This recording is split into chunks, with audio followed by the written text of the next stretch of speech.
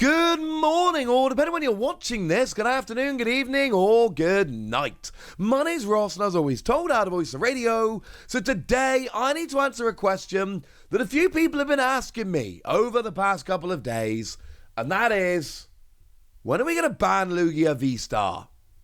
Or sometimes they're slightly more reserved, are we going to ban Lugia VSTAR? Because, ladies and gentlemen, Lugia VSTAR is getting a little bit out of hand. This past weekend over in Orlando, there was the biggest Pokemon TCG regional we've ever seen. Bigger than any Pokemon TCG regional that we have ever had in the history of Pokemon TCG regionals. It was massive, like 1,400 players. And what did we see when it all shook out? Well, let's take a look at the top 8. I think the top 8 is quite instructive here. Shout out to the lovely folks at Pokestats. Incidentally, this graphic is from them. And I've told you this many times before, but I'm going to tell you again. If you are interested in following competitive Pokemon TCG, you need to be following Pokestats TCG on Twitter. They are brilliant. But yeah, if you look at this graphic, something should be jumping out to you here. It is a Lugia party. Now, Grant Hayes went 10-2-2 with Mew VMAX, and Nicholas Moffat went 11-2-2 with Lost Zone Toolbox. But outside of that, we see 6 of the top 8 being Lugia. Lugia was an absolutely dominant force. Obviously, the regional was won by Lugia. It was Andrew Hendricks. Again, shout out to Pokestats for the image here. Seriously, follow those dudes on Twitter. They are brilliant. 1,485 Masters confirmed on there. That is ridiculous. And what we see is Lugia just being an absolutely ridiculous proper job, over the top, just force. Lugia isn't a good deck. Lugia is a dominant deck. You know, here's the top 16 as shown by the lovely folks over on LimitlessTCG.com. And 10 of the top 16 are Lugia. I'm not going to keep going through here. I think you get the point. The point very simply is that Lugia is not just the best deck in the format. And I do think that absolutely needs to be pointed out. We're not talking about the best deck in the format here.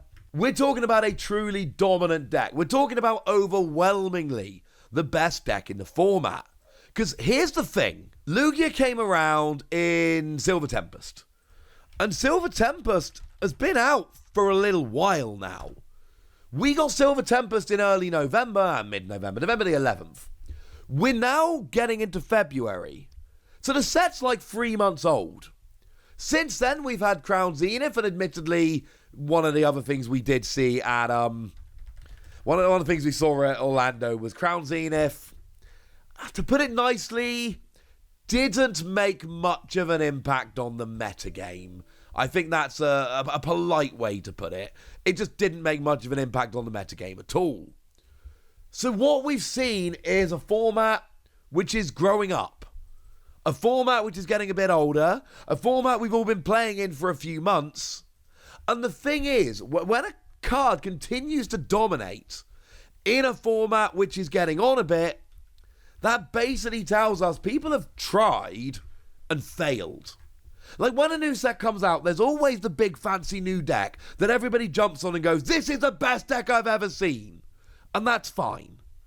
But then over time, it gets countered. You know, we saw Palkia being borderline unbeatable at the first regional it was legal for over in Australia. And Palkia remained a very good deck, but it wasn't that good again. We're 3 months out from the release of Silver Tempest, and Lugia is that good. And that's kind of a problem. I mean, for those who need a quick refresher on the deck, basically you got Lugia VSTAR with the ability Summoning Star, lets you put 2 colourless Pokemon that don't have a rule box from your discard pile onto your bench. And although you don't have to choose them, we're going Archeops. Yeah, it's all about Archeops. And the reason it's all about Archeops is because firstly, it's a colourless Pokemon, doesn't have a rule box, but it's got the ability Primal Turbo. Once during a turn, you may search your deck for up to 2 special energy cards and attach them to one of your Pokemon. An ability that we would usually say, well, that's amazing, but it's on a sort of stage 2 and a fossil stage 2 at that, you're never getting that into play. But Archeops is designed to work with Lugia, and to put it very bluntly, Lugia just works too well with it. Lugia is too good, because you then open yourself up to a whole bunch of other tricks. I mean, Aurora Energy becomes absolutely amazing here, because it's a special energy, but it counts as any energy. So what you can do is just play 4 Aurora Energy, accelerate them with Archeops, and play like a billion other attackers. I mean, if we look at Andrew's winning deck from Orlando, it's played with the Evil Towel, the amazing rare Evil Towel, which seems weird, but actually, you need 3 Aurora Energy and 2 others, and then get an instant KO. Oh, and also you can use double turbo energy, and although double turbo energy does reduce the damage you do, because Evil Towel's getting an instant KO, it doesn't actually reduce the damage you do. There's no downside. If you've got 2 Archeops on the field, you can literally go and grab 2 Aurora Energy with 1 Archeops, and then you can go and grab a 3rd Aurora Energy and a double turbo energy with the other one, and all of a sudden, in one turn, you are going from nothing to play Evil Towel, get all the energy needed, and get a straight one-hit KO on anything. That's incredibly powerful. And that's just one example. There's a million other things you can tech in. You're using Aurora Energy, so hey, your Radiant Pokemon of choice just happens to be Radiant Charizard, which we all know is a phenomenal attacker. You know, when your opponent's taken 4 prizes, it does 250 for a single energy. It's ridiculous. And we keep going and we keep going. We play Stoutland V. If your opponent's basic Pokemon is knocked out by damage from this attack, take another prize card. Well, okay, that's phenomenal. Obviously, that's phenomenal. But it's free energy and you only do 40. And come on, that's not going to work all that much. And it might not work all that much, except for the fact that we've got powerful colorless energy. And what powerful colorless energy is a colorless energy that lets you do an extra 20 damage. Oh. Yeah, that's pretty good, ladies and gentlemen, because what I can do, I can actually pile 4 of these on there, and then I'm doing 120 with Stoutland, and I'm taking an extra prize. And I'm aware of the fact that at the moment I'm talking about accelerating energy with Archeops being broken, but actually this is a video about whether Lugia needs to be banned, and the thing is, Archeops is definitely not the problem. Without Lugia, Archeops is great ability, but you have really got to work to get it into play, and most people probably aren't going to bother. Maybe everyone's not going to bother. With Lugia, it becomes dumb. So I've showed you some examples of why this can be so good. I've shown you quite how ridiculous the results are from this last tournament. So we lead to the question of, does this card need to be banned? And the answer is no. Because what we can also do is look at some other recent results. Now, to be fair, these are pre-Crown Zenith, but like I've said, Crown Zenith has not had a particularly big impact on the metagame, so I wouldn't read into, that too much. But if we look at the top 8 of Liverpool regionals from a couple of weeks ago, yeah, sure, we got Lugia in at number 4 and 5, but that's not exactly, it's just 4 and 5. It's not exactly some ridiculous, unstoppable force over in Liverpool. It's a good deck, but there are other good decks.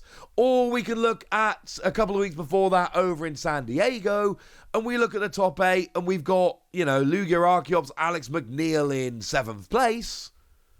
But that's it. That's the only Lugia Archeops we actually see.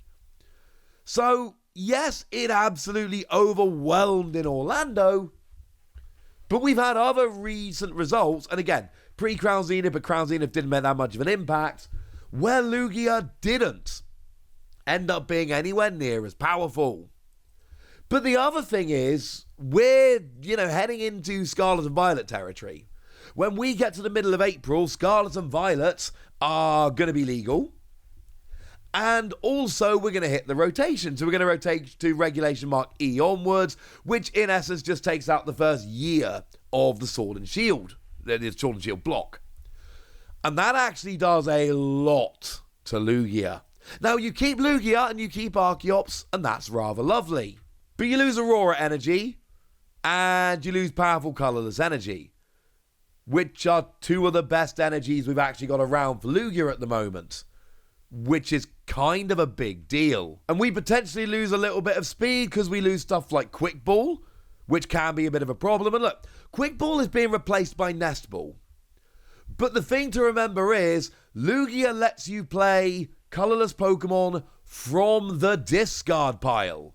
So being able to use Quickball to both search out a basic and get something in the discard is way better than Nest Ball's grab a basic Pokemon and just put it straight onto the bench. And I'm not saying that Lugia is going to be unplayable garbage post-rotation. But what I am saying is, if we look over in Japan at the moment, where they have now rotated, Lugia is not the kind of deck everyone's getting super hyper excited about. It's just not. It is not a deck that people are going crazy for. So my answer to when's Lugia going to be banned is never. And my answer to is Lugia going to be banned is no. And the reason very simply is, yes, we did just have a tournament where it absolutely owned, and I'm not arguing against that because it absolutely did. But we've had recent tournaments in very similar formats where it just didn't have that great a showing. And even if it has turned a corner, even if we have now gotten to the point where Lugia is some unstoppable behemoth of a deck, and I'm not entirely convinced we have, by the time Pokemon actually get round to banning it, the rotation is going to come, and the rotation is going to nerf Lugia hard. The consistency is not going to be as good. It's losing a lot of those special energy. And you can still play Lugia Archeops, because Lugia and Archeops will still both be in the format. We will still have a bunch of special energy. There will still be a bunch of attackers you can make use of. It will still be a playable deck. But it is not going to be anywhere near as good. And I feel extremely confident that by the time we hit the rotation, no one's still going to be calling for Lugia to get banned. So, yes, I've had a few questions from a few people today and yesterday asking, is this getting too far? And the answer is quite a categorical no, actually. And I like being able to give categorical no's. That makes me happy. But for now, ladies and gentlemen, I want to know what you think about this. I want to know if you think Lugia is too good, whether it deserves a ban, or whether it's just another deck having a very good time at the moment, which is going to run out in the not too distant future. Let me know in the comment section. Go nuts! Be nice! And then make sure you like this video, subscribe to this channel, follow me on Twitter at @TheWasi. That's where we talk about Pokemon and card games and Pokemon card games, all kinds of fun things. And please do consider checking out patreon.com/PTCG where you can support the channel. You can get some bonus podcasts where I answer all of your questions. You can join a Discord and chat with us about various things. And you can get shout-outs on the channel, like the lovely James Wiedeski, who's been a supporter of ours for a little while now and seems to be a very lovely person. So thank you very much for the support and for being a very lovely person. But by far the most important thing as always, look after yourselves till next time, would ya? Thank you very much for watching. My name's Ross and you've been watching PTCG Radio.